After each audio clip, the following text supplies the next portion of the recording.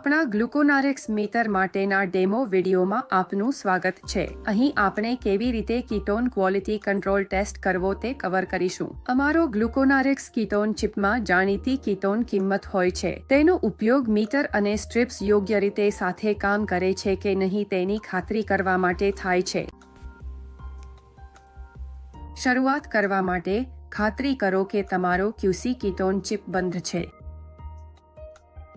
ચિપને મીટરના ઉપરના ભાગમાં દાખલ કરો, જેમ તમે સામાન્ય કીટોન સ્ટ્રીપ નાખો તેમ.